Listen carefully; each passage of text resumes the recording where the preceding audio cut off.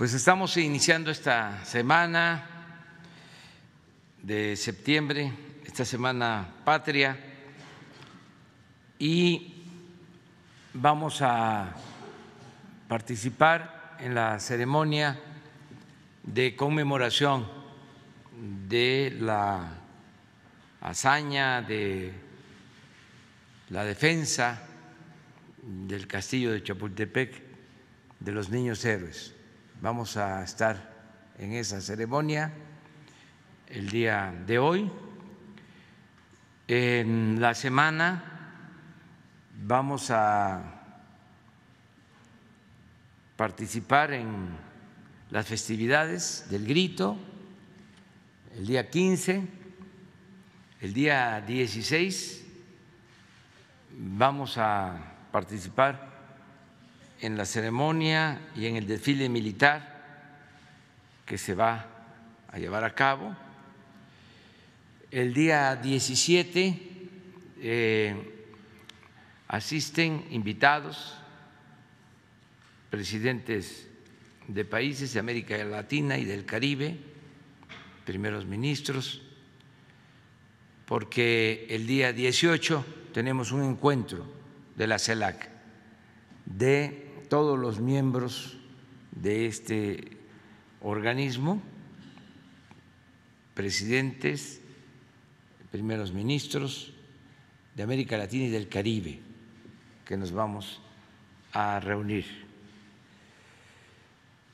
El día 19, muy temprano, tenemos que izar la bandera medio asta para recordar a quienes perdieron la vida con los temblores de 1985. Todo esto es la semana que estamos iniciando. La semana anterior enfrentamos muchos problemas por las inundaciones, por el temblor, derrumbes, pero estamos saliendo adelante con la participación conjunta, coordinada de los gobiernos municipales, de los gobiernos de los estados, del gobierno federal.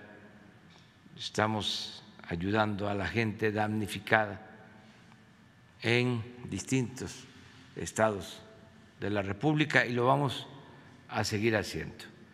Vamos a comenzar entonces la semana con el informe de quién es quién en los precios de Ricardo Sheffield.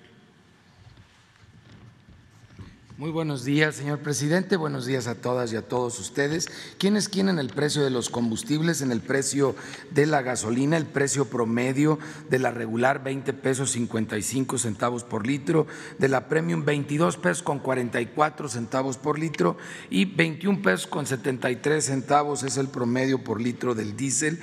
Ustedes pueden ver que en esta semana que está transcurriendo el apoyo, el incentivo fiscal al combustible en el caso de la regular es de 53.55%, bastante alto, es más de la mitad del IEPS que se está condonando, porque el precio del petróleo está en $64.38. Pueden ver ustedes ahí en la gráfica que se ha mantenido bastante alto el precio del petróleo a nivel internacional. Las tres marcas más económicas en el país en los promedios de la semana pasada fue ExxonMobil, G500 y Orsan, mientras que las tres que dieron en promedio los precios más caros como marca fue Redco, Chevron y Arco.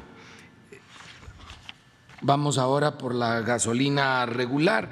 G500 tiene en Miguel Hidalgo, aquí en la Ciudad de México, el precio más alto, 21 pesos 80 centavos por litro, con el promedio de margen más alto, 3 pesos con 50 centavos. Mientras que franquicia Pemex en Tuxtla Gutiérrez Chiapas, con un precio al público de 20 pesos con 1 centavo por litro, tiene una margen de 15 centavos. Arco para la gasolina premium en Hermosillo, Sonora, 23 pesos 99 centavos por litro, con un margen de 3 pesos 42 centavos, la opción más cara, con el mayor margen, mientras que franquicia Pemex en Veracruz, con un precio al público de 20 pesos 74 centavos por litro y un margen de 16 centavos es la opción más económica. Para el diésel G500, un precio al público de 23 pesos 96 centavos por litro en San Pedro Mixtepec, Oaxaca, con un margen de 4 pesos 42 centavos es la opción más cara, mientras que Ustoil en Durango, con 21 pesos 14 centavos por litro y 19 centavos de margen, es la opción más económica. También estuvimos muy activos en el tema de verificaciones a gasolinas, tuvimos 177 denuncias presentadas a través de la app de litro por litro, atendimos a través de 165 visitas y o verificaciones, 2 no se dejaron verificar, fue una gasolinera en Zapopan, Jalisco, en la carretera a Nestipac, y también en Nazas, Durango, en el kilómetro 35.5 en la carretera Pedrigueñas a Nazas. Estas 2 gasolineras las estamos ya apuntando para poderlas visitar con la Guardia Nacional, la CEA y la CRE para hacer una verificación integral, porque obviamente algo no correcto es lo que están escondiendo al no permitirnos revisar las bombas. La más barata, sin tomar en cuenta el margen de G500 en Querétaro, precio al público 18.39 por litro de la regular y 18.92 también de G500 en León, Guanajuato. Las más caras, 22 pesos 27 centavos de franquicia Pemex en Chilpancingo, Guerrero, y 21.99 de móvil en Río Grande, Zacatecas. Para la premium, la más económica, sin tomar en cuenta el margen, 20 pesos 72 centavos de franquicia Pemex en Veracruz y también de franquicia Pemex con un precio al público de 21.10 por litro en Ciudad Madero, Tamaulipas, mientras que las más caras para la gasolina premium, 23 pesos 99 centavos, franquicia Pemex en Taxco de Alarcón, Guerrero, y de Arco, 23 pesos con 99 centavos en Hermosillo, Sonora. Las más económicas del diésel G500, 19.69 por litro en Querétaro otra vez, y 20 pesos con 9 centavos de G500 en Morelia, Michoacán, bien por los de G500 con ese precio al público, y las más caras 23.59 de franquicia Pemex en Amatlán de Cañas, Nayarit, y 23.29 de BP en Campeche. También seguimos monitoreando los servicios sanitarios en estas gasolineras. ¿Quién es quién en el gas LP? El precio promedio de la semana que concluyó, esto es tomando en cuenta ya el promedio de los 145 precios máximos establecidos en el país, 12 pesos 58 centavos por litro para tanque estacionario y 23 pesos con 30 centavos por kilo en el caso de los cilindros de gas. Y podemos ver ahora en la gráfica, en base al promedio de precios máximos establecido, que se han mantenido por abajo de estos promedios, ya los promedios nacionales, que es muy buen indicador. En el caso de tanques estacionarios tenemos algunos ejemplos, por ejemplo, gas de Hidalgo en Zacualtipán, Hidalgo, 11 pesos 79 centavos por kilogramo, cuando el precio máximo está en 13 pesos 32 centavos. Estamos hablando de casi 2 pesos de diferencia por debajo del precio máximo. Y lo mismo sucede en el caso de cilindros de gas de Hidalgo, en Zimapán, Hidalgo, 21 pesos 84 centavos por kilo, cuando el precio máximo es de 24.68, y hay varios ejemplos en el estado de Hidalgo, en el estado de Nuevo León y en el estado de Oaxaca.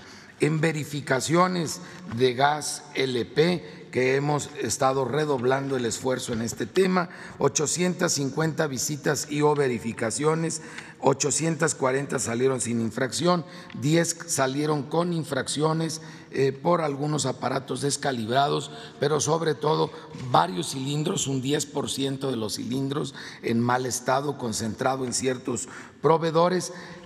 Dos no estaban respetando el precio máximo, ambas eran de gas imperial, 2 camiones, el precio máximo de 22 pesos 32 centavos y pues no exhibían el precio. Cuando no exhiben el precio, pues según el mono la pedrada, ese es el gran riesgo que tenemos y por eso estos 2 camiones fueron suspendidos. Obviamente estaban vendiendo por abajo del precio máximo, si no sería lo primero que presumirían a la hora de vender el gas. Y una estación de carburación que fue cerrada por la ASEA, no cumplía con nada.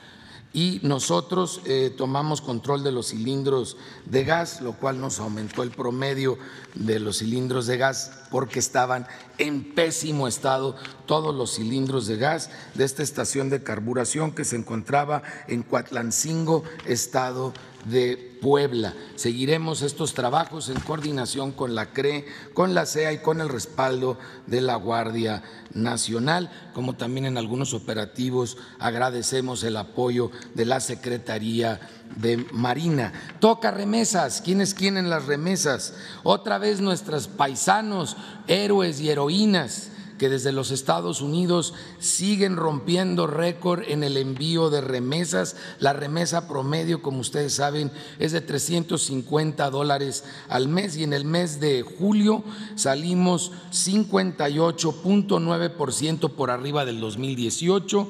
37.8% por arriba del 2019 y 28.6% por arriba del año pasado del 2020. Si nosotros viéramos la gráfica hacia años atrás es todavía más bajo, o sea, realmente este año se han roto todos los récords y es de dar ese gran reconocimiento a las heroínas y héroes que trabajan en los Estados Unidos, que están trabajando dobles turnos y haciendo el trabajo que luego en ese país muchos otros no quieren realizar y con esto fortaleciendo a mamá o esposa acá en México. La mejor opción para enviar sus remesas en efectivo fue Ulink, que no cobra comisión, $0 y 0 centavos de dólar, y el tipo de cambio fue de 19.90 el promedio de Ulink, mientras que la peor opción, porque cobra comisión y tiene un tipo de cambio más bajo, te da menos pesos por tus dólares, fue Western Union, que al final daba 6.589 pesos con 96 centavos por los $350 en ese mes de julio. A depósito en cuenta, Ulink sigue siendo la mejor opción, mismo tipo de cambio y sin comisión, mientras que en el caso de depósito a cuenta fue Pangea Money Transfer con 6.676 pesos con 72 centavos. Telecom sigue siendo quien tiene cubiertos más municipios en todo el país. OXXO, el que tiene más sucursales, 19.146 y que abre de 6 de la mañana a 10 de la noche. No ha habido mucha variación en el tema de las ventanillas de pago por el lado mexicano. Y siguiendo la instrucción del señor presidente, hemos elaborado un quién es quién en los precios para apoyar a todas las mexicanas y mexicanos que están recibiendo el apoyo del gobierno federal para recuperar su casa, reconstruir su habitación o también para comprar enseres. Esto por lo que mencionó el señor presidente para contrarrestar los desastres naturales a los que se ha visto sometido nuestro país, y lo estamos haciendo estado por estado. Cada mes seguimos publicando el quién es quién en los materiales de construcción, pero lo estamos haciendo con un enfoque especial a los estados que están recibiendo este apoyo que ha instruido el presidente de México, Andrés Manuel López Obrador. En el estado de Hidalgo tenemos el ejemplo, pueden ver los principales materiales de construcción y cuál es el precio unitario no son precios de mayoreo, son precios de menudeo, por lo tanto no debe en el estado de Hidalgo de pagarse más de este monto por una varilla, por un costal de cemento, un costal de cal, pero también estamos haciéndolo con los principales enseres domésticos, cafetera, colchón individual, estufa, lavadora, licuadora, olla de presión, refrigerador, que son los artículos que están comprando quienes se han tenido que padecer estas circunstancias de embates de la naturaleza. Lo estamos haciendo en el estado de Hidalgo, lo estamos haciendo en el estado de México, en el estado de Guerrero, en el estado de Puebla, en Veracruz, como también lo estamos llevando a cabo en el estado de Nayarit, en el estado de Jalisco, en Baja California Sur, en Oaxaca, en Sinaloa y por último también hasta ahí llega. Esos son los estados en los que tenemos este operativo especial. Aparte de dar a conocer quiénes quieren los precios de materiales para la construcción y de enseres domésticos básicos, también estamos realizando visitas a los proveedores en estos estados que acabo de mencionar. Son 237 visitas que realizamos la semana pasada y ahí tenemos algunas fotografías para constatarlo. Afortunadamente no encontramos proveedores que estuvieran hasta este momento abusando y pues para que ninguno se pase de rosca, por eso darles a conocer estado por estado cuál es el precio unitario de estos productos y que aprovechen bien el apoyo que se está dando por parte del gobierno federal para que efectivamente se invierta en material para construcción o reponer enseres domésticos básicos que se hayan perdido por estos desastres naturales. Muchas gracias. Gracias, Ricardo. Vamos con los videos. La Secretaría de la Defensa Nacional informa los avances en la construcción del Aeropuerto Internacional Felipe Ángeles al 13 de septiembre de 2021. En la pista norte y central, plataformas y rodajes, se realiza la aplicación de riego en pista y tendido de concreto en márgenes de calles de rodaje, como parte de la estructura de los pasos a desnivel. En la terminal de pasajeros, se lleva a cabo la colocación de iluminación e instalación de equipo eléctrico, hidrosanitario, aire acondicionado, contraincendio y sistema de inspección de equipaje documentado. Asimismo, la colocación de plafones de doble nivel en pasillos del Centro de Datos General. En el eje troncal de circulación y obras complementarias, se ejecutan trabajos de habilitado y armado de acero de la base para la escultura del General Felipe Ángeles en la glorieta de acceso. Y en el área de transferencia de seguridad del AIFA se realizan trabajos de aplanado fino en muros exteriores. En la vialidad y barda perimetral se trabaja la excavación en caja para paso a desnivel en la conexión del eje 20 y 40, así como el relleno de terraplén en el eje 10 del entronque Nextlalpan. En la interconexión vial tramo Caseta Tultepec-Santa Lucía se continúa con las actividades de sembrado de pasto y árboles, detallado de las bases y colocación de las letras para los monumentos. A la fecha, se han generado 116.015 empleos civiles. Faltan 189 días de construcción. Es viernes 10 de septiembre, hoy me acompaña el gobernador de Tabasco, a quien le agradecemos todo el apoyo que nos ha dado el gobierno del estado. Seguimos con el montaje de estructura metálica ya en los racks y en las plantas de proceso. Va el reporte esta semana. Esta semana arribó al puerto de Dos Bocas el buque MV Midland Trader, procedente del puerto de Lázaro Cárdenas, Michoacán, con 20,000 toneladas de acero de refuerzo para la obra civil de la nueva refinería. Se llevó a cabo la descarga de varillas que serán utilizadas en la construcción. En el área de proceso, se lleva a cabo el montaje de estructura de soporte en los racks de tuberías, así como la instalación de charolas para alojamiento de cableado. Las subestaciones eléctricas del paquete 1 se encuentran en etapa final de obra civil y en los paquetes 2 y 3 continúa el montaje de estructuras metálicas e instalaciones de enterrados para la línea híbrida incendio y drenaje químico por parte de Samsung. Esta semana se llevaron a cabo reuniones de supervisión con empresas nacionales especializadas en fabricación de equipos y estructuras metálicas en Monterrey, Nuevo León y Guadalajara, Jalisco. Es 4 de septiembre, estamos en Monterrey, Nuevo León, en la empresa Menter. Esta empresa nos está haciendo 56 equipos para Dos Bocas. También aquí en México estamos construyendo. También aquí en Monterrey están haciendo las placas soldadas que van hacia las esferas de los tanques de almacenamiento. Estamos en Guadalajara, Jalisco, 6 de septiembre, y venimos a revisar, se está haciendo este taller, 503 equipos para Dos Bocas, se construyen aquí en México. En Guadalajara se está utilizando en esta fábrica de nombre Recal 40,000 toneladas de acero estructural para Dos Bocas. Todo esto ha generado empleo aquí en México.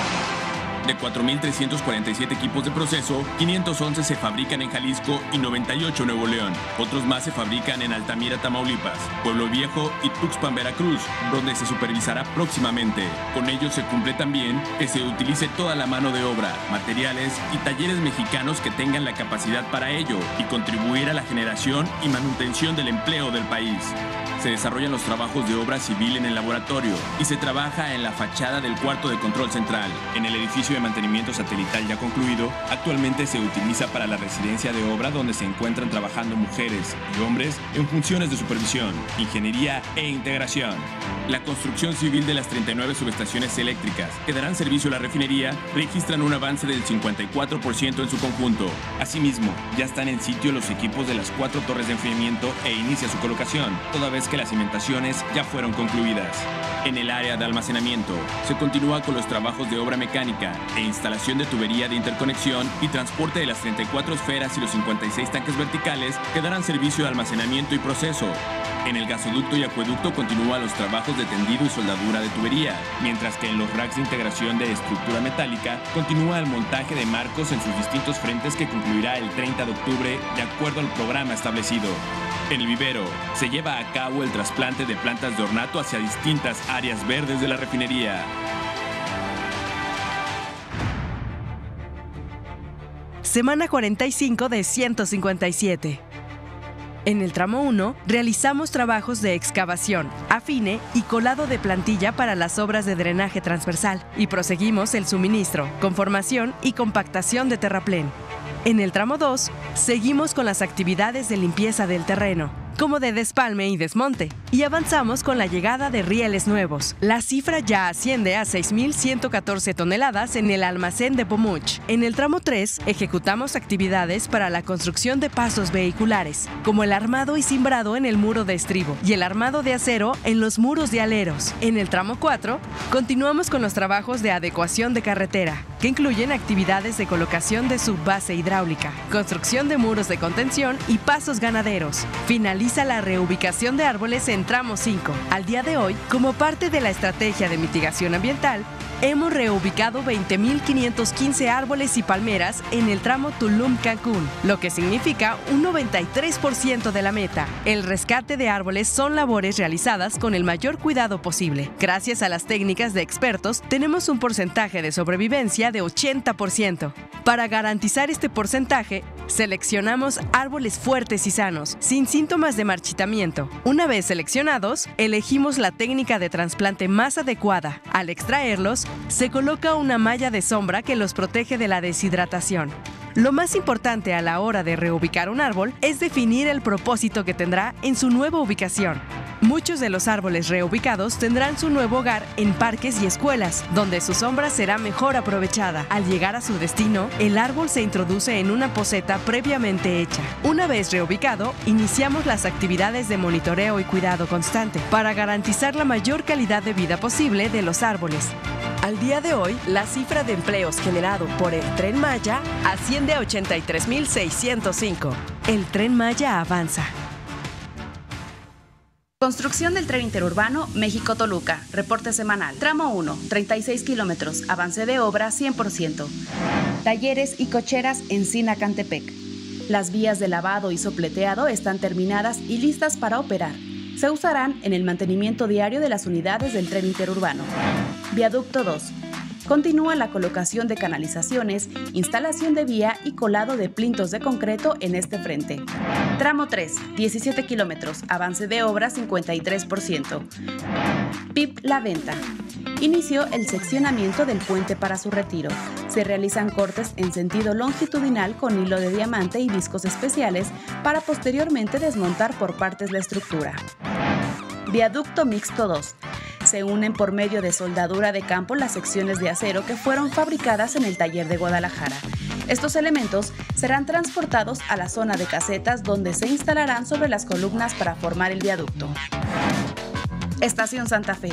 Se montan los cabezales de acero fabricados en el taller para recibir los siguientes elementos que soportarán la estructura de la estación. La estación se construye sobre el vaso regulador Totolapa, que seguirá operando en convivencia con esta estación. Hondonada Zagarpa.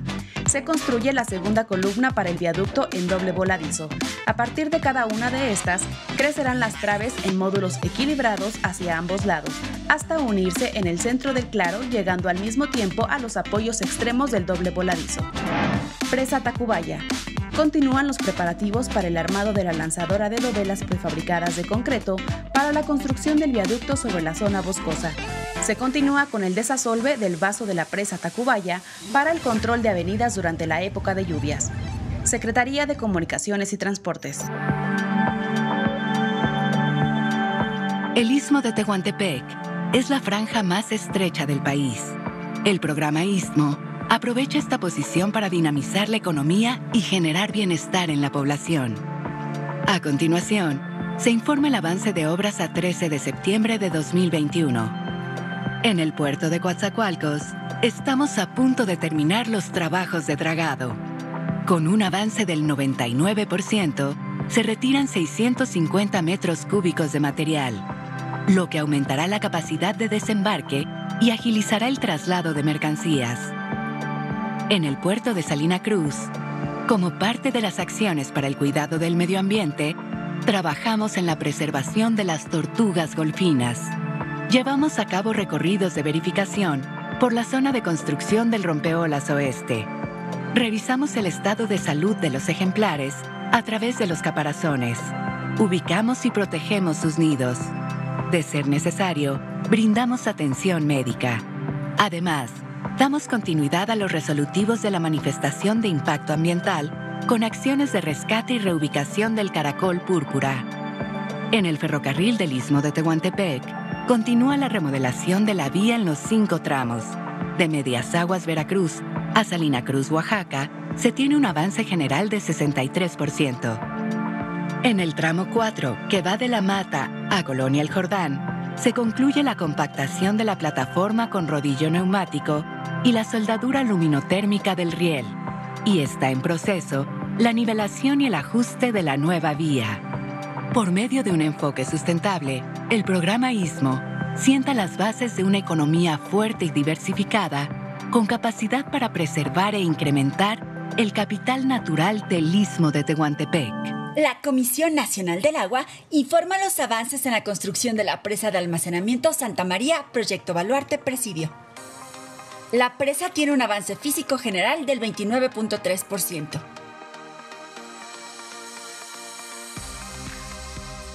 En el portal de entrada se continúan los trabajos de colocación de acero de refuerzo, así como de cimbra y concreto hidráulico para muros laterales y pilas centrales de las embocaduras de los 3 túneles. En el túnel 1 se realizan trabajos de limpieza, colocación de concreto de reposición, acero de refuerzo y concreto hidráulico para la losa del piso. En los túneles 2 y 3 se continúa con el barrenado y excavación con uso de explosivos, la colocación de marcos y columnas metálicas, así como la inyección de anclas de fricción. En el túnel 2 se realiza la colocación de malla electrosoldada y concreto de empaque en columnas metálicas en la zona de la caverna. En el vertedor 1 se continúa con la colocación de concreto lanzado, anclas y drenes sobre taludes, así como el habilitado de la rampa de acceso. En el vertedor 2 se realiza la instalación de cimbra, acero de refuerzo, anclaje y concreto en muros revestidos, así como trabajos de limpieza, colocación de tubería de drenaje y de concreto de reposición. Sobre la margen izquierda de la cortina se avanza en los trabajos de barrenado y excavación por medios mecánicos y con uso de explosivos, así como con la carga y acarreo para el retiro de material, producto de la excavación. En el banco de materiales se sigue con su extracción, acarreo y almacenaje para la obtención de agregados para concreto como arena y grava. En talleres externos en el Estado de México y Querétaro se continúa con la fabricación de los distintos módulos que conforman los obturadores de las embocaduras de la obra de desvío. A la fecha, se han generado más de 2.800 empleos totales en la construcción de la presa, creando oportunidades para la población de la región y reforzando el compromiso del Gobierno de México para apoyar al campo y asegurar el abasto de agua a los sinaloenses. Muy bien. Quedamos pendientes. Elian Valadez. Buenos días, señor presidente. Mi nombre es Eliane Valadez, vengo del canal de YouTube Elite TV Oficial. Soy mexicoamericana y radico en Florida. Le tengo dos planteamientos. El primero es los connacionales o héroes vivientes, como usted nos ha denominado. Pedimos al INE ser incluidos para participar en la revocación del mandato, ya que en la anterior consulta popular no fuimos tomados en cuenta por el INE para la participación en el ejercicio democrático, al igual que en las elecciones del 6 de junio, muchos no pudieron participar en el acto democrático por dos razones fundamentales. No recibieron la credencial para votar o no recibieron su boleta para enviar su voto. Precisamente por las ineficiencias y confusiones del INE, pareciera, presidente, que el INE también es el enemigo de la democracia, evitando el voto extranjero. Tan solo el INE, mi presidente, requiere 17.5 millones de pesos para garantizar la participación de los mexicanos y mexicanas en el exterior siendo esto por medio de un voto electrónico. Ante la iniciativa que usted mandará al Congreso, ¿cómo podría usted incluirnos en esta reforma del INE? Pues para tener más participación en la democracia mexicana. Ese sería mi primer planteamiento, presidente. Gracias. Pues es una demanda de tiempo atrás el que se facilite la votación de nuestros paisanos en el extranjero. No se ha avanzado históricamente, ha resultado un fracaso. Si se hace un análisis, una investigación de cuánto dinero se ha gastado para lograr este propósito y cuáles han sido los resultados, encontramos de que no hay avances. Sigue participando muy poca gente, no se garantiza a los mexicanos en el extranjero el derecho a votar.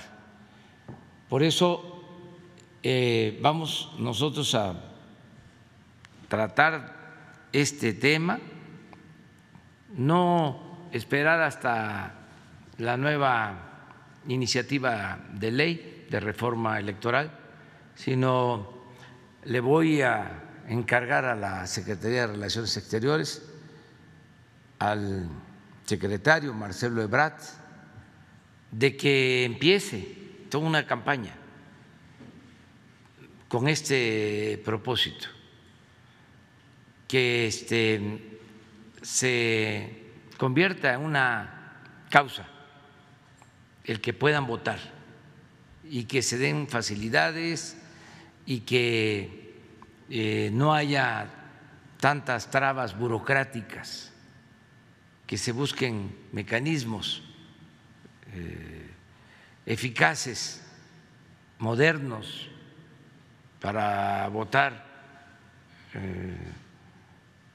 por internet sin necesidad de hacerlo de manera presencial, buscar la forma, pero que voten todos los paisanos, que son millones en Estados Unidos y que quieren participar cada vez más en la vida pública de nuestro país. Entonces vamos a trabajar en eso, qué bien que lo planteas. Hoy precisamente en la reunión de la mañana de seguridad, el secretario Marcelo Ebrard habló de esto, de que hay mucho interés de nuestros paisanos en participar en las elecciones. Así es, presidente. Hay mucho interés de los connacionales de participar, de ser parte también del cambio que está pasando ahorita en el país. Pues de esta manera muchos de los connacionales que pueden venir acá en México pues les gustaría estar presentes en el grito, más sin embargo pues oficialmente no se ha dicho si va a haber un zócalo abierto. También me gustaría que comentara eso al respecto, presidente. Y en el próximo tema, señor presidente, ¿qué nos puede compartir sobre los avances del decreto para liberar a los presos sin sentencia, torturados y enfermos, ya que usted aseguró que antes del 15 de septiembre podrían quedar libres? Y, señor presidente, si en este decreto podría pues estar libre Israel Vallarta, que también pues está dentro de esta situación, ¿no? Muchísimas gracias. Mañana tienen que informarnos el secretario de Gobernación y la secretaria de Seguridad Pública y Protección Ciudadana. Mañana van a estar aquí para informarnos sobre este decreto con el propósito de liberar a presos que de manera injusta permanecen en prisión, quienes no tienen sentencia desde hace muchísimos años, quienes están enfermos, que esto es muy lamentable, personas grandes, enfermos, que deberían de ser liberados, y quienes se ha demostrado que fueron torturados. Entonces mañana va a informarnos el secretario de Gobernación y la secretaria de Seguridad Pública, porque hay muchos trámites que nosotros también padecemos.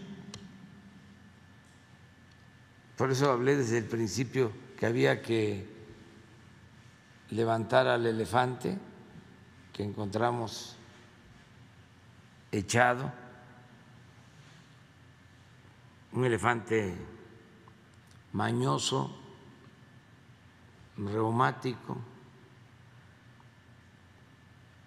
más que nada mañoso. Y ya lo paramos, pero hay que estarlo empujando para que camine. Y todos tenemos que ayudar, porque entre otros problemas tenemos que enfrentar las inercias burocráticas. No se puede, no hay, como decía el finado Héctor Suárez, ¿te acuerdan, no? Qué gran actor. No se puede, Así, hay que estar todos los días empujando. Entonces, se va a hablar con el presidente de la Corte, va a hablar con el fiscal, con el propósito de que se agilicen los trámites y se liberen a muchas personas. Ya lo están haciendo gobiernos estatales. Tomó el modelo, la decisión, la jefa de gobierno de la Ciudad de México, y ya nos ganó ya liberó como a 40 detenidos injustamente y va a liberar a más en estos días, según nos informó. Y nosotros, no sé, yo creo que mañana va a haber respuesta sobre eso. Tiene que haber una respuesta. Muy bien. Julio Omar quedó pendiente. Gracias, presidente. Muy buenos días, señor presidente. Julio Omar Gómez, de Baja California Sur, informando a la Transformación, denunciando la corrupción, y de la Agencia de Medios Digitales del Pacífico y el Reportero Urbano.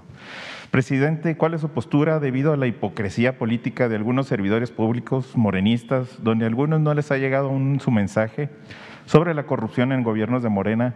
Y expongo dos casos, uno muy mencionado de Durango, donde el grupo parlamentario de Morena aprobaron una deuda para el gobierno por más de 7,244 millones de pesos, aprobado con artimañas corruptas al mero estilo de las mafias del poder.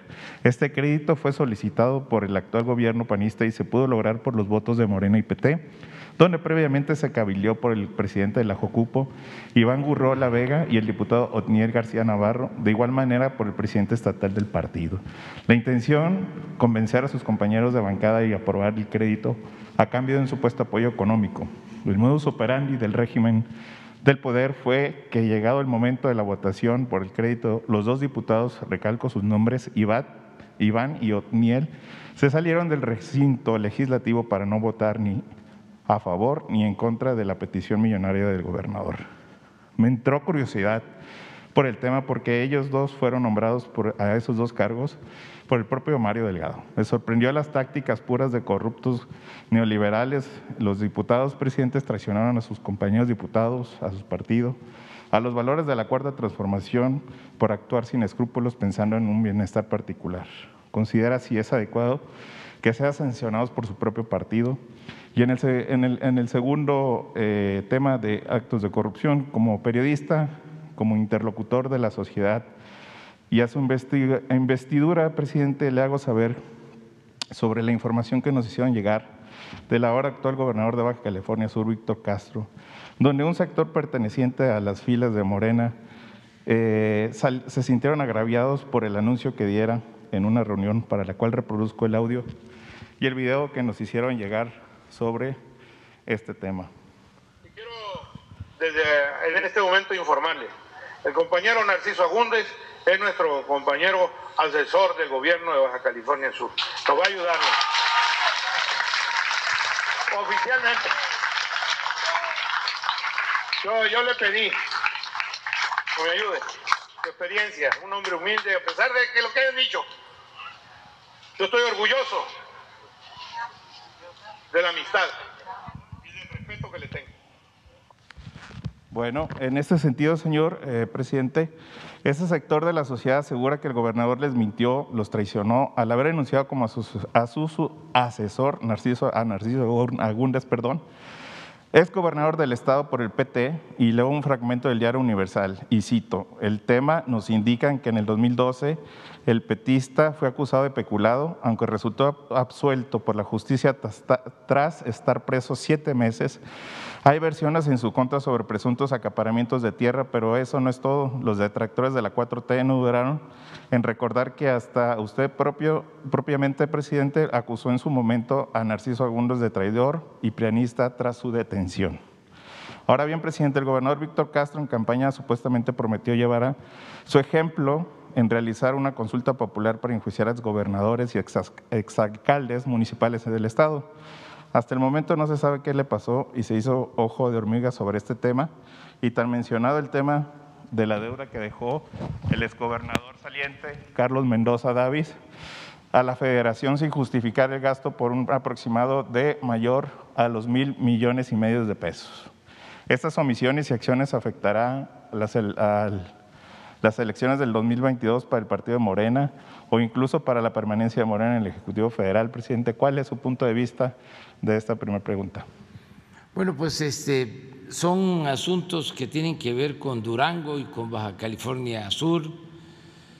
Si hay un comportamiento inmoral. Los militantes de los partidos pueden acudir a las instancias que existen para que se hagan investigaciones, se sancione a los responsables. Entonces, es un asunto que corresponde a los partidos. En el caso de Durango, investigar por qué votaron a favor del incremento de la deuda, si hay justificación sobre esto.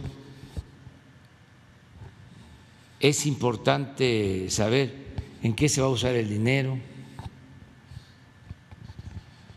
Históricamente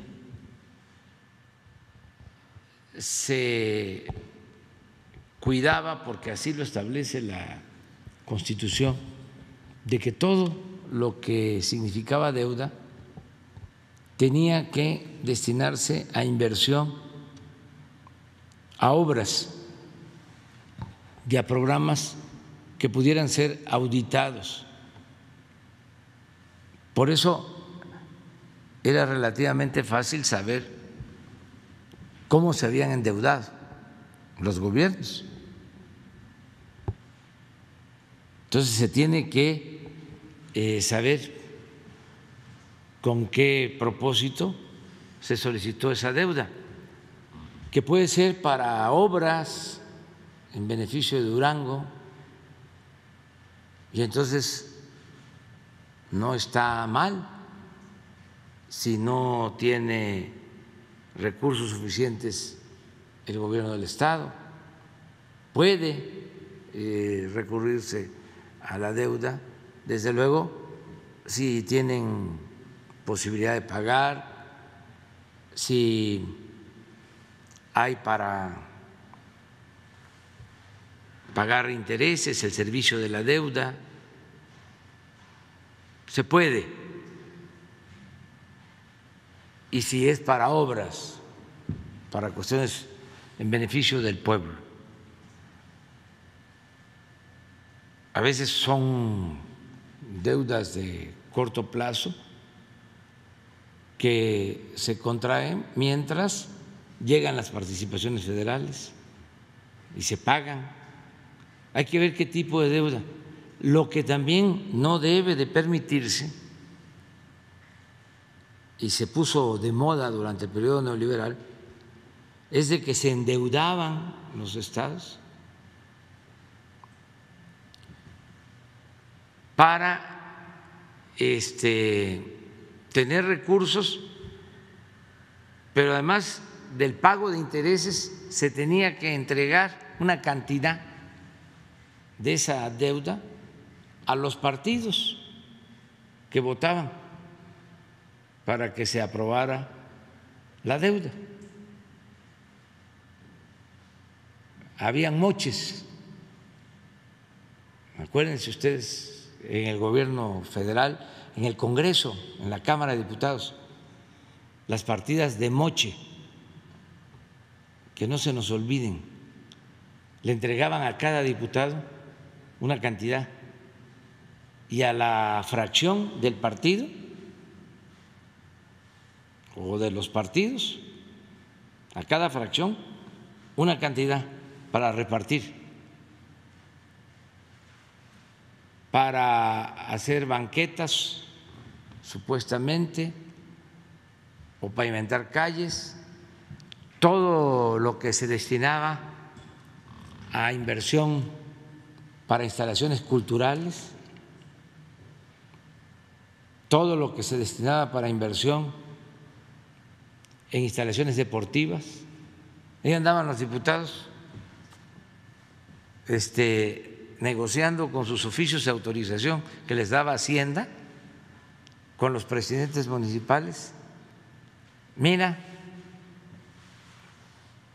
te doy esto, nada más que me tienes que dar un moche Así de vergonzoso era.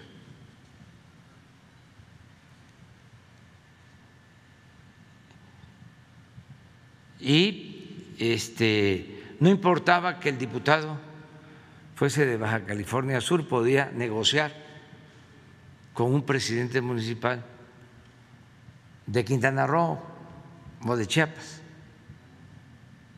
Por eso se aprobaba el presupuesto por unanimidad, porque los maiciaban. No voy a dejar de repetir que en los 3 años que fue secretario de Hacienda, Carstens, considerado una gran eminencia por la tecnocracia neoliberal, corrupta, durante los 3 años que fue secretario de Hacienda, el presupuesto se autorizó por unanimidad. Un mago, un maestro.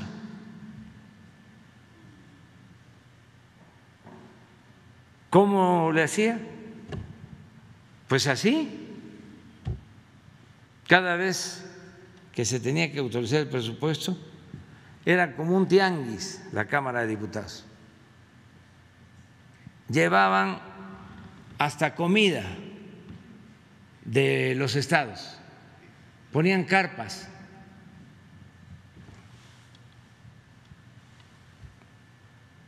para celebrar a los legisladores, con el propósito de que les dieran sus recursos. Y habían gestores, coyotes, más finamente se llaman lobistas, no son más que coyotes, que decían: soy especialista en bajar recursos. Esa palabra o esa frase. ¿En qué trabajas? En bajar recursos. Y eran los que hacían ahí la labor. Llegó al extremo de que un gobernador, eso los dejo de tarea,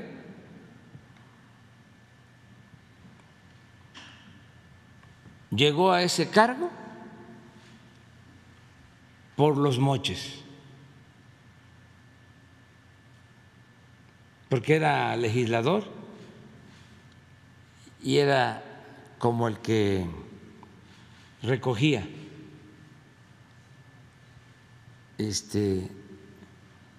todos los moches para repartir, y el que comparte y reparte según el AMPA de la política, se queda con la mayor parte. El que parte y comparte se queda con la mayor parte. Y hay otro dicho así también de la politiquería, de la mafia, de la política, que cuando se reparte mal el botín, hay motín. Los pleitos muchas veces, antes en la corrupción, se daban porque no se repartía bien el botín. Y esto viene de lejos, ¿eh? Acuérdense que Bernal Díaz del Castillo, en la historia verdadera de la Nueva España, historiador, soldado, describe de que el tesoro de Moctezuma cada vez se reducía más. Así lo dice. Porque se lo robaban desde la llamada conquista. Y escribe en su historia verdadera de la Nueva España de que cuando lo repartieron ya no era nada. A los soldados que habían participado en la invasión les había tocado muy poco. Ya los de arriba se habían quedado con la mayor parte del tesoro. Entonces esto viene de tiempo atrás. Por eso siempre digo, y ojalá y lo pensemos, lo internalicemos, las culturas del México anterior a la invasión tenían cosas muy buenas. No creernos de que eran bárbaros y que los que vinieron de Europa nos trajeron la civilización.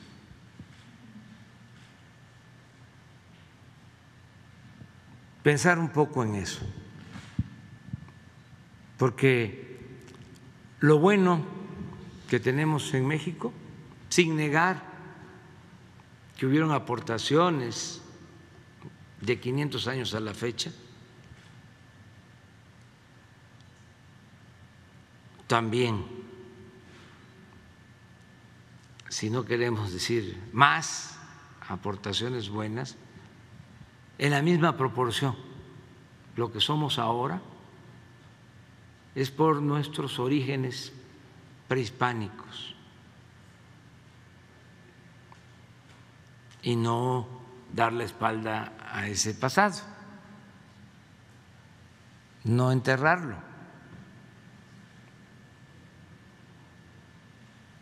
Porque muchos valores del pueblo de México vienen de lejos y esos valores son los que nos han permitido salir adelante. Esas culturas son las que nos han salvado siempre. La vez pasada hablaba yo de la importancia de las culturas, de cómo bombardean, destruyen Japón y renace por las culturas de los pueblos, porque no es lo material lo importante, son las culturas. Pero en fin, es muy interesante. Sí, gracias, presidente. Ya presentaste tus denuncias, corresponde a las autoridades verlo, en este caso los partidos.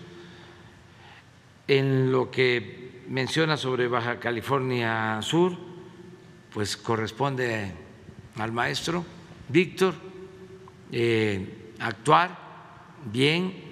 Yo le tengo confianza al maestro Víctor, lleva mucho tiempo luchando, es un hombre honesto, es una gente íntegra y creo que le va a ir muy bien al pueblo de Baja California Sur.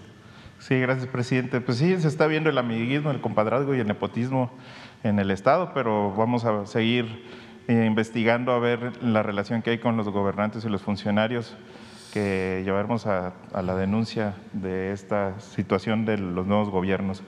Presidente, mi última pregunta. Uno de sus grandes objetivos, hablando de moches, ha sido fortalecer a Pemex y garantizar el abasto suficiente de gasolina, para ello Pemex ha privilegiado sus alianzas con empresas gasolineras mexicanas, que son las que proveen la gasolina al público. Hay muchas quejas en el CRE, la Comisión Reguladora de Energía, que es uno de los llamados organismos autónomos al frente de Leopoldo Vicente Melchi García. Por simple burocracia o no se sabe por qué razón, tienen detenidos cientos de permisos que existen más gasolineras que brinden un mejor servicio al suministro público. ¿Sabe usted qué está sucediendo dentro del organismo? Ya que igualmente han salido varias notas de donde denuncian moches en la nueva CRE y pues es importante saber cuál es la razón que ocurre ahí en este instituto. Bueno, yo creo que los consejeros de la CRE son gentes honestas, serias, responsables.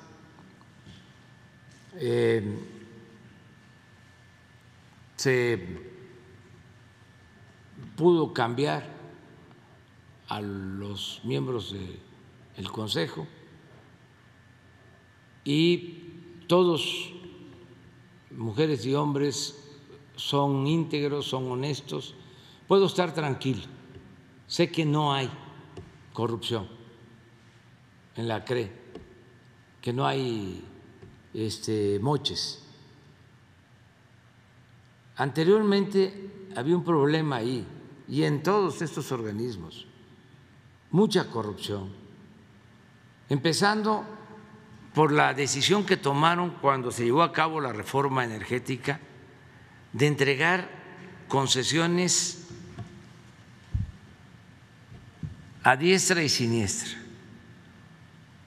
permisos de importación para la instalación de gasolineras, para la introducción de combustibles, un desorden.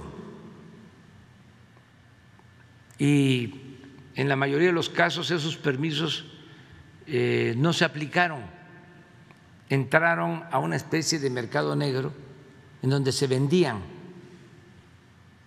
algo parecido a lo que se hizo cuando entregaron los contratos de las famosas rondas para extraer petróleo, 110 contratos y deben de estar en activo, se deben de estar invirtiendo en 20 cuando mucho.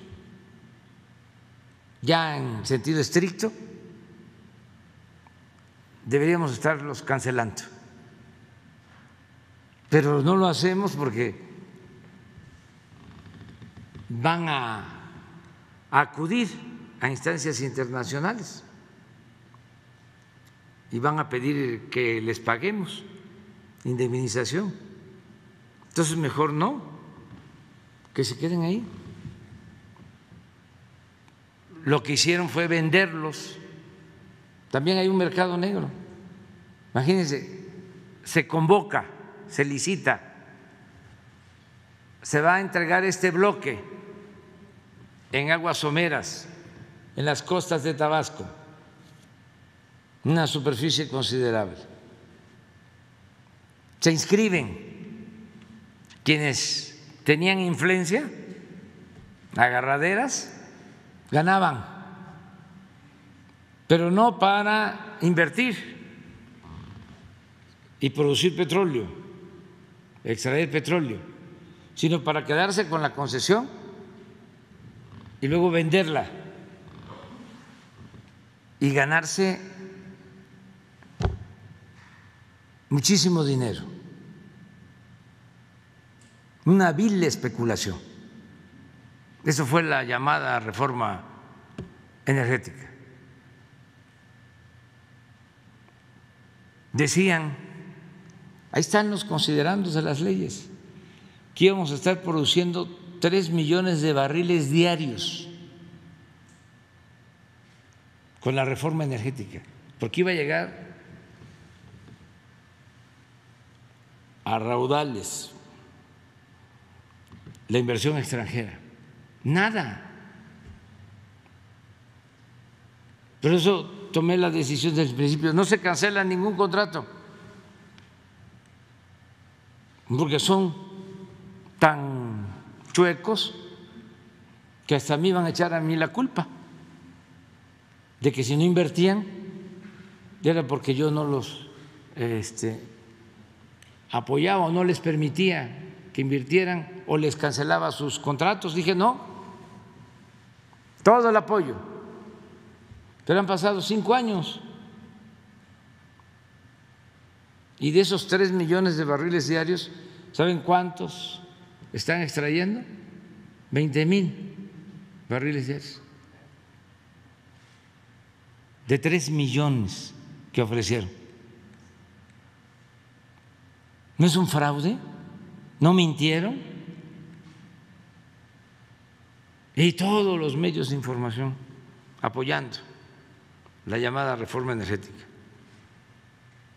Me acuerdo que cuando Calderón había unos mensajes, a ver si de repente los consiguen ahí en las redes, en las benditas redes sociales, porque ahí queda testimonio de todo,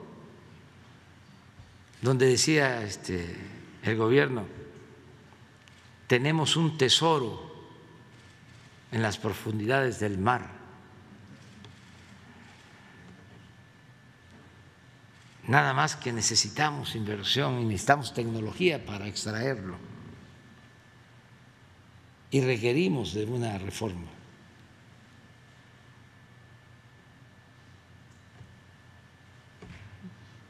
Pues ahí está el tesoro. Hicieron la reforma y sacaron provecho unos cuantos y no se benefició al pueblo de México. Bueno,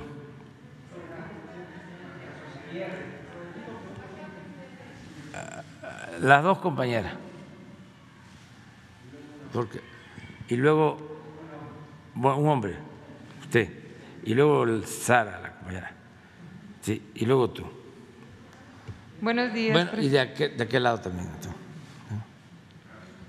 A ver si nos alcanza, porque me tengo que ir allá al Castillo, pero adelante. Buenos días, presidente. Buenos días a todos. Erika Ramírez, de la revista Contralínea. Presidente, entre 2010 y 2015, los entonces presidentes Felipe Calderón y Enrique Peña Nieto, junto con varios secretarios de Estado, entre ellos Ernesto Cordero, Genaro García Luna y Salvador Vega Casillas, entre otros, autorizaron la asignación directa de 8 contratos que vencen hasta 2032 por 200,000 millones de pesos para 6 empresas: ICA, Prodemex, Arendal, Jomex, Tradeco y GIA, para la construcción de 8 reclusorios.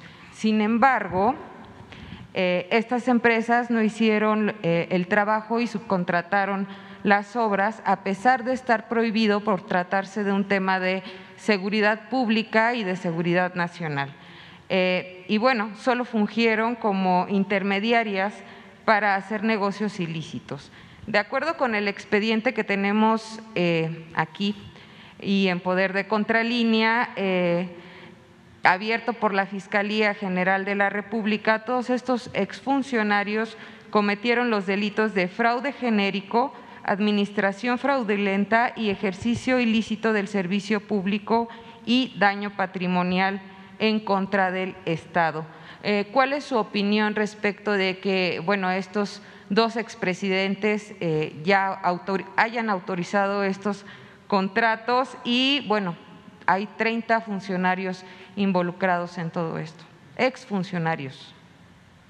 Miren, yo ya expuse desde que tomé posesión que no íbamos nosotros a presentar ninguna denuncia en contra de expresidentes, que íbamos a respetar la opinión de la gente.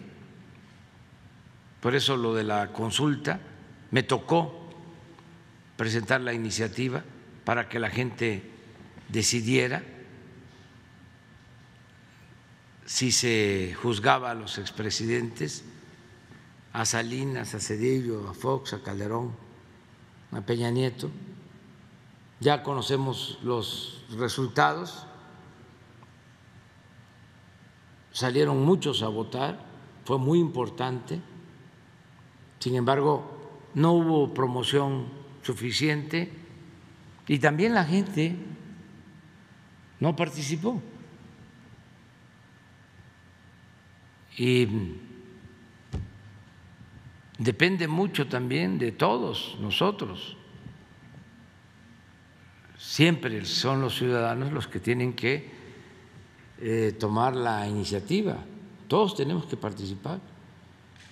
Entonces, eso no significa de que como no hubo participación suficiente y no fue vinculatoria, no significa que no se pueda juzgar, pero eso es un asunto que tiene que ver el Poder Judicial,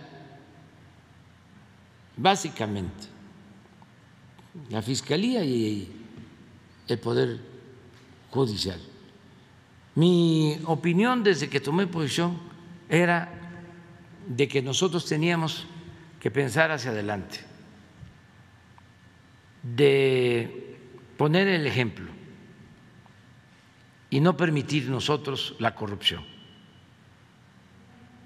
y no empantanarnos en escándalos, en la política que se seguía de actos espectaculares, lo que hizo Salinas con el dirigente petrolero y otros actos de ese tipo, para terminar siendo un gobierno completamente corrupto, ¿no? ¿Para qué eso? Es mejor dar el ejemplo de que no va a haber corrupción y no permitir la corrupción. Sí, ventilar todos los casos de corrupción y que los ciudadanos en libertad puedan presentar denuncia. En este caso es un expediente abierto por la Fiscalía General de la República. Es un expediente abierto y va a ser la Fiscalía la que tiene que resolver.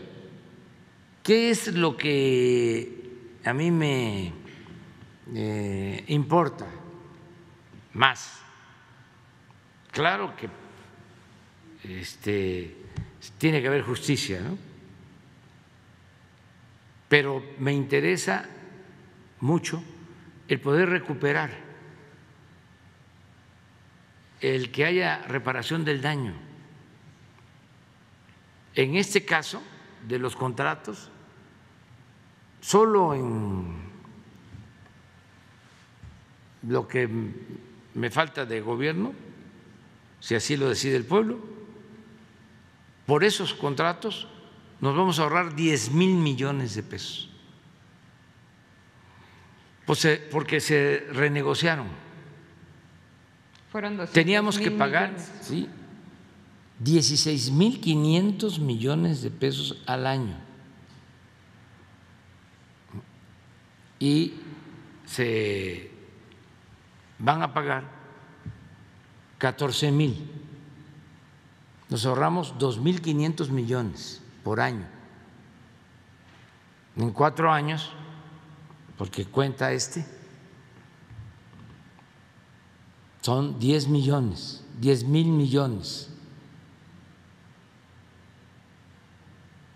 Lo mismo en el asunto de la planta de fertilizante,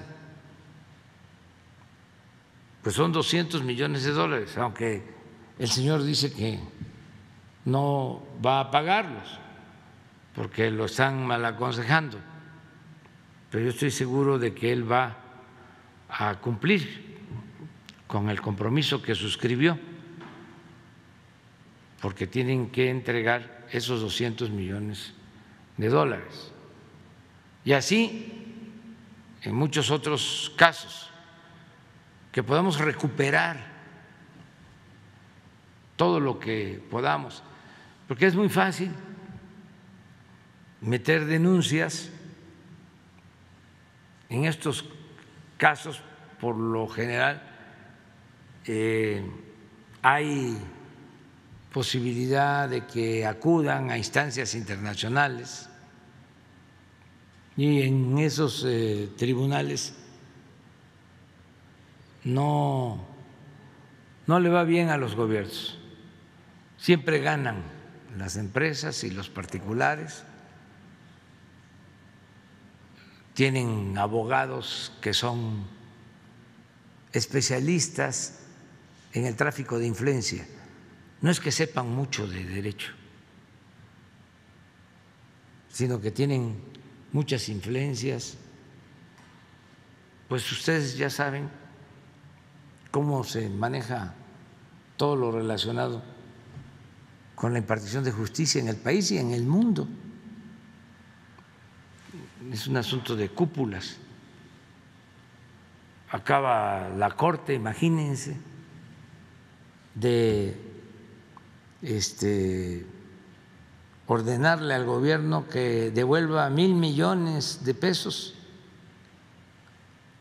a una señora Azcárraga de un juicio que se llevó en el sexenio pasado. Pero a los ministros de la Corte no les preocupa, esos duermen tranquilos. Pero imagínense lo que representa entregar 1,000 millones. ¿Cuántas becas para niñas, niños con discapacidad? Vacunas, apoyo a la gente más pobre. Son unos insensibles, porque pueden alegar de que la ley es la ley. ¿Y qué? ¿Y la justicia? ¿Dónde queda? Que estuvo mal llevado el procedimiento. Bueno, ¿y por qué no reponen el procedimiento? ¿Por qué no se plantea que se reponga el procedimiento y se haga justicia? No es de que, no presentaste a tiempo el escrito, te faltó ponerle la fecha, no asististe a la audiencia.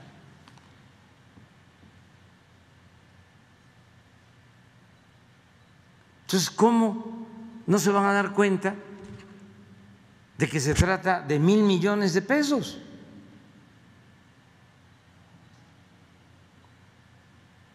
¿Qué no están ahí para impartir justicia?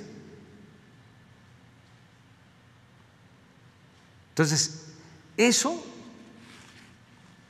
es un problema que tenemos. Entonces, si se puede llegar a un acuerdo y recuperar recursos, pues ya lo hemos hecho, lo hicimos en el caso del gas, esto de los reclusorios. Las y en empresas, otros casos. Perdón, las empresas que estuvieron involucradas serían tomadas en cuenta nuevamente en su administración para cualquier otro tipo de contratos, presidente. Sí, porque si se arreglan, no hay problema. También se tiene que tomar en cuenta de que por lo mismo de esta situación de intermediación que existía, la empresa muchas veces que ganaba el contrato no era la que lo operaba. Ya muchas de esas empresas ya vendieron o entregaron esos recursos o los convirtieron en bonos y están en fondos financieros. Entonces ya pues hay que arreglarse con quienes tienen todavía esos fondos, y lo estamos haciendo así. Un asunto delicado por tratarse de seguridad nacional, ¿no? Es un asunto muy delicado. Mire, yo nunca pensé de que estuviesen tan mal las empresas de construcción, y cuando empezamos a gobernar nos dimos cuenta de que tenían más abogados que ingenieros, buenísimos para el litigio, y le sacaban al gobierno lo que querían. En este tren Toluca, Ciudad de México, no solo es lo que destinaron para la construcción, destinaron miles de millones de pesos para liberar el derecho de vía. Muchísima corrupción. Ahora, afortunadamente, también ya se está entendiendo, las empresas constructoras, de que son otros tiempos, que no tienen que dar moche, que no sirve el influyentismo y que lo único que les pedimos es que cumplan, que sean responsables. Antier decía yo en la presa de Santa María que cuando inauguremos una obra solo va a decir Gobierno de la República, incluido municipios, estados y las empresas, para hacerles un reconocimiento. Si cumplen con calidad, con tiempo,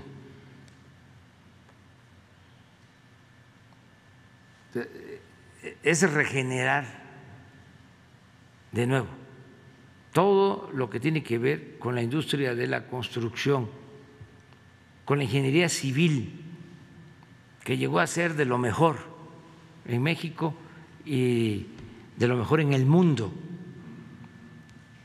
y se echó a perder. También con el mal ejemplo de las empresas constructoras extranjeras, de manera especial para las empresas constructoras españolas, que vinieron a hacer su agosto y agarraron a México como tierra de conquista. OHL,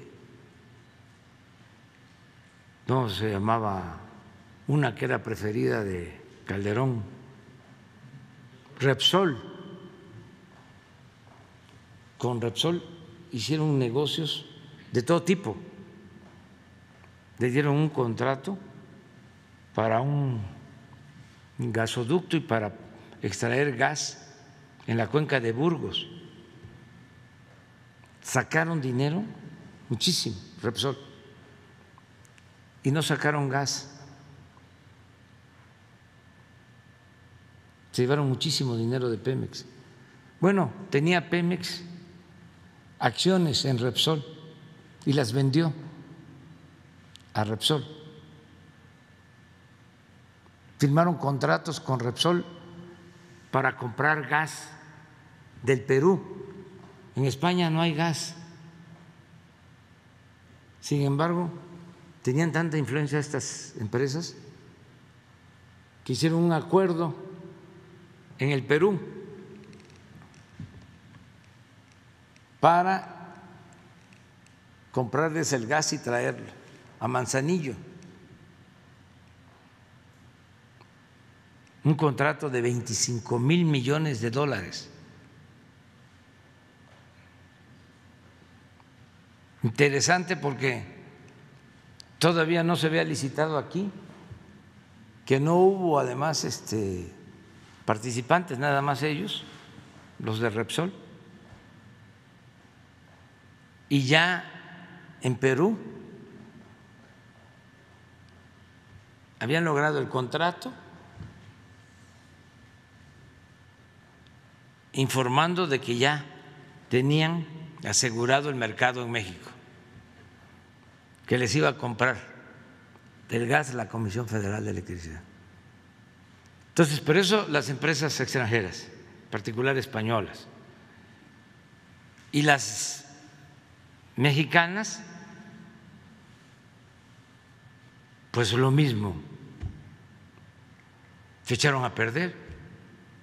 Ahora empieza de nuevo una empresa que fue ejemplo, ICA, se echó a perder por completo. Está mencionada en este expediente. Sí, y ahora está en una nueva etapa que yo espero que se recupere, sobre todo que recupere el prestigio. Está dirigida por una mujer, Guadalupe Phillips, que me consta está interesada en que funcione esa empresa, porque antier estuvo allá en Santa María, está en las obras, porque ¿qué eran estos empresarios del periodo neoliberal? Pues fifís, con todo respeto, no iban a las obras, se compraban aviones de superlujo, los modelos más recientes, avanzados, se daban vida de monarcas, y entonces pues así, ¿cómo? Solo con las influencias y con la corrupción.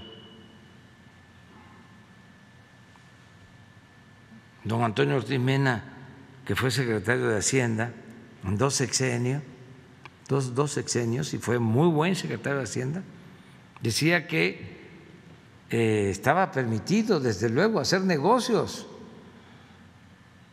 y que era necesario el que participaran las empresas, que era fundamental, y yo coincido con él, pero decía algo en lo que también coincido, de que se tenían que procurar ganancias razonables. Es decir, que obtuvieran márgenes, utilidades del 10, del 15, del 20%, pero esto no era así. Eran atracos, a veces se entregaba el anticipo y se fugaban.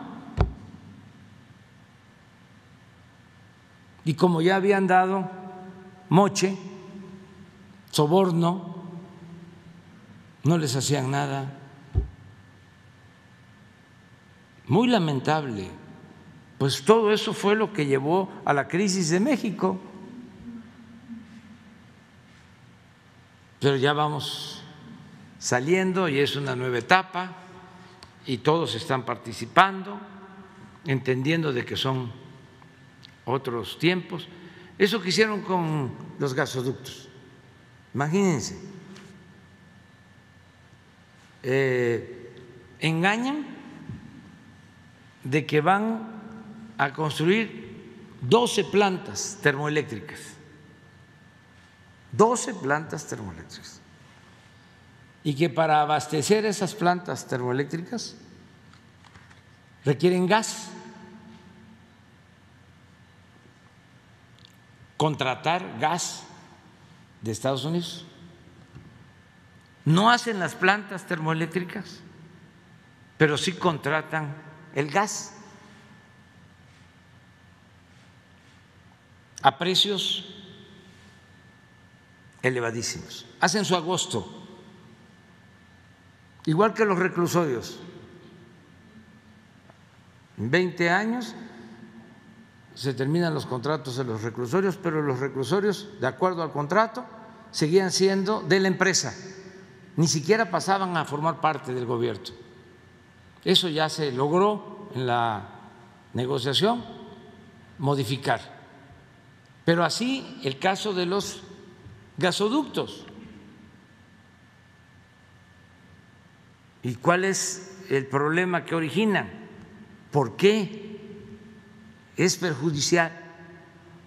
Porque es dañino este modelo neoliberal o de saqueo, porque ahora tenemos 40% de excedentes de gas,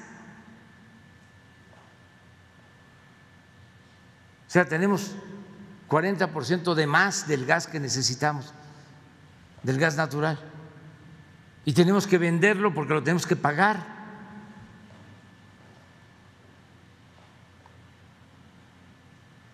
Pero, a ver, si en vez de negociar con las empresas para buscar una solución, nos vamos al pleito,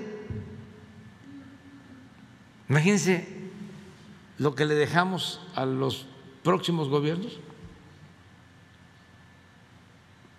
de herencia. Entonces, ahora que escribí mi libro hay un capítulo que se llama Enderezar entuertos. A eso nos hemos dedicado, a medio resolver, porque tampoco ante agravios de esa magnitud se puede lograr una reparación completa del daño, no se puede. Sí, son muchos años. Entonces, ese es el caso de los reclusorios. Bien. En un segundo tema, presidente, el pasado 28 de julio, habitantes de Tierra Blanca, Copala, estuvieron a punto de regresar a esta comunidad de donde fueron desplazados a principios de año por un grupo que violentó sus casas, prácticamente los sacaron a punta de metralla. Y ya estaba todo armado para que en conjunto con autoridades y representantes de la Secretaría de Gobierno del Estado de Oaxaca y la Subsecretaría de Derechos Humanos de la Secretaría de Gobernación a cargo de Alejandro Encinas pudieran accesar nuevamente a sus domicilios. Sin embargo, esto fue interrumpido por Emelia Ortiz García, que es diputada suplente por el Distrito 6 del Movimiento Regeneración Nacional y que está identificada con uno de los grupos que están en conflicto en la zona, particularmente con el Movimiento de Unificación y Lucha Triqui. ¿Qué información le ha proporcionado a usted el subsecretario Alejandro Encinas y si hay posibilidad de que en próximas fechas estos desplazados por la violencia regresen a sus hogares? Sí, vamos a seguir buscando la conciliación. Esa es la tarea del subsecretario de Gobernación, Alejandro Encinas, también con el apoyo del gobernador Alejandro Murat. Es un conflicto que viene de tiempo atrás, pero sí se puede solucionar, sí se puede conseguir la paz entre todos. Acabamos de lograr, y esto fue también por la intervención del gobierno de Oaxaca. ¿Se acuerdan del problema de agua de un manantial son Mijes, que venía aquí el compañero de Rompeviento. Ernesto Ledesma, sí. Me están invitando ya para que yo asista a la firma de un acuerdo que llegaron. Ayutla, Mije. Me invitaron ya a que yo sea testigo, porque ya se conciliaron en Oaxaca. Aquí lo tratamos varias veces, me da mucho gusto, lo celebro, les mando un abrazo a todos los mijes de esa región de Oaxaca. Es un buen ejemplo. Sí voy a estar en Oaxaca, no voy a poder estar por allá porque tengo que ir al Istmo y vamos a quedarnos en Oaxaca.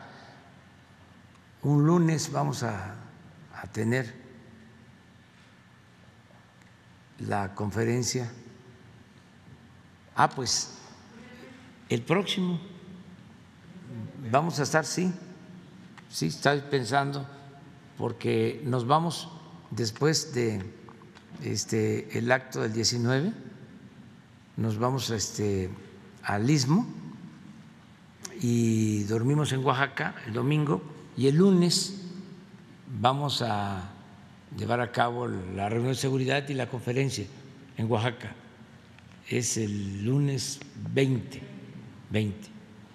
pero no me va a dar tiempo de estar con los mijes. En el caso de los triquis, yo espero que también se llegue a un acuerdo, y hay que seguir insistiendo y no a la violencia. ¿Usted pensaría en reunirse con los líderes que pues están en la zona? Cuando ya me traigan la solución. Bien. Cuando me vengan a informar, porque eso sería histórico y así lo deben de pensar, porque a mí me respetan y les agradezco mucho los tres grupos. Tres grupos, sí. Me respetan mucho, los tres. Y son diferencias que vienen de tiempo atrás. Entonces, les mando a decir que si se ponen de acuerdo, y también aprovecho para convocar al gobernador de Oaxaca, que siempre nos ha ayudado, y a Alejandro Encinas, que ese día de la firma del acuerdo, porque va a ser histórico, no exagero, porque han habido muchos enfrentamientos, muchos muertos. Ese día firmamos el acuerdo aquí, en Palacio Nacional. Eso es lo que les mando a decir, que continúen con el diálogo hasta llegar a un acuerdo. Bien. Gracias, presidente. Nada más queda pendiente un informe de Petróleos Mexicanos que tiene que ver con las averiguaciones que hubo en contra de los 6 gerentes de las refinerías. ¿Para qué fecha podríamos tener este informe, presidente? Pues puede ser la semana próxima, que venga el director de Pemex y la secretaria de Energía, los dos, que vengan a informarnos sobre cómo va Pemex, cómo va la Secretaría de Energía, incluso que venga también el director de la Comisión Federal de Electricidad, todo lo que es el sector energético. Yo voy a enviar la iniciativa de reforma a la Constitución para fortalecer a la Comisión Federal de Electricidad. La voy a enviar en este mes, antes de que concluya este mes. Voy a enviar la iniciativa. Ya se está trabajando, vamos avanzados. Va a ser una muy buena iniciativa para garantizar que no aumente el precio de la luz, que no haya apagones, que le cueste menos la energía eléctrica a los mexicanos, tanto a los usuarios, consumidores, en las familias, en los domicilios, como a las empresas. Pero para eso requerimos fortalecer a la Comisión Federal de Electricidad, que la dejaron muy mal porque la querían desaparecer, la querían destruir para entregar el mercado de la industria eléctrica a particulares, a extranjeros. Afortunadamente sonó la campana, la alarma, y se detuvo la privatización. Si no, estaríamos como en España, que están subiendo cada vez más las tarifas de la energía eléctrica, porque son particulares y ellos van por el lucro, no les importa el interés general, el interés colectivo, el interés nacional. Entonces, por eso sí necesitamos consolidar a la Comisión Federal de Electricidad, que además es una muy buena empresa. Miren, con todo lo de las inundaciones y los huracanes, ayer tenía yo el informe de que después del huracán, el de Baja California Sur, Olaf, 99% de restablecimiento del servicio de energía eléctrica, 99%, después de que pasó por Baja Sur. Ya me voy. Ya me voy, tengo que salir. Es que si no, no llegamos y…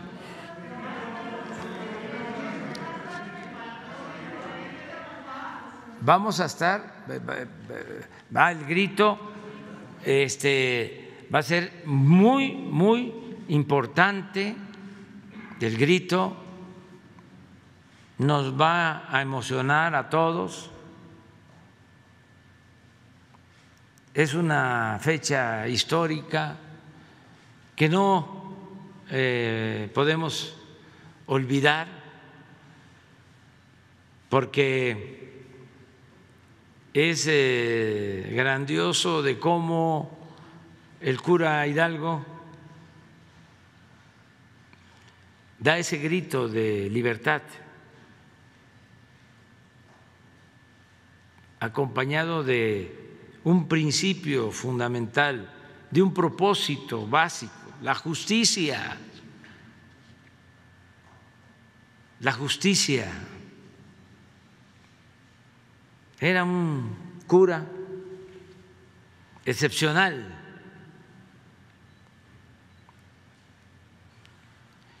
Hidalgo.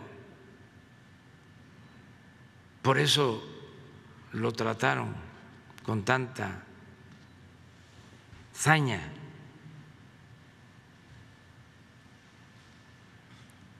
Pero era un hombre excepcional, lo mejor. Es nuestro padre, es el padre de nuestra patria.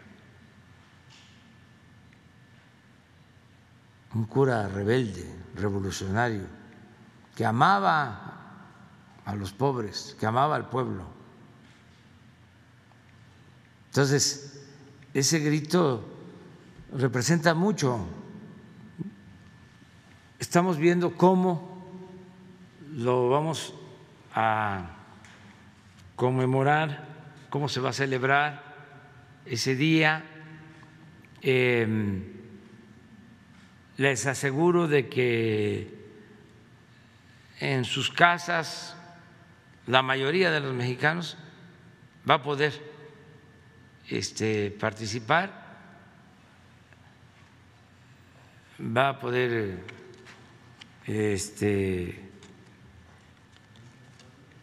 advertir todo lo que se va a hacer, el programa,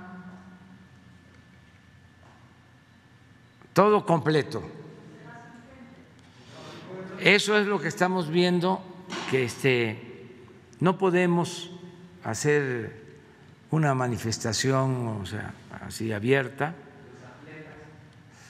Estamos viendo quiénes podrían estar. Desde luego, se dejó la réplica de una pirámide porque son 700 años, alrededor de 700 años de la fundación de México Tenochtitlan. No nos vamos a poner tan estrictos en cuanto a la fecha de la fundación, ahí se lo dejamos a los historiadores y arqueólogos. 500 años de la toma, de la invasión, de la caída de Tenochtitlan, y 200 de la independencia. Entonces, por eso se va a dejar la réplica de la pirámide, pero lo vamos a complementar con el movimiento de independencia para homenajear a Hidalgo, a Morelos, a Allende, a José Ortiz de Domínguez, a Leona Vicario y música mexicana para los que vivimos en nuestro país y para nuestros paisanos mexicanos que viven en Estados Unidos y en otros países. Entonces, sí, el día 15. Sí, pero muy reducido. Es una conmemoración cívica. En México, la Noche del Grito es de las festividades más importantes. Yo diría que es la festividad cívica más importante, porque la Navidad es la festividad religiosa que más se celebra en familia, pero cívico, en lo cívico, es la noche del 15, que hay reunión en las familias y todos ponen sus banderitas y se da el grito. Y hay que seguir dando el grito de independencia, porque México es un país libre, independiente, soberano, y eso es un orgullo. Bueno, ya nos vamos. Se queda pendiente. Por favor, el 16 hablamos.